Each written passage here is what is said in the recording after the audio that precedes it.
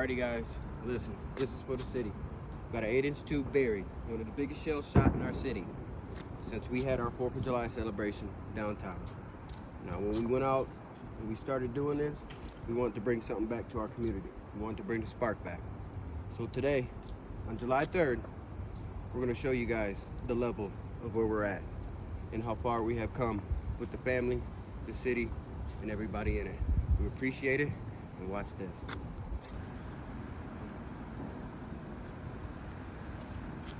I'm covering for you. Oh boy. Woo-hoo-hoo!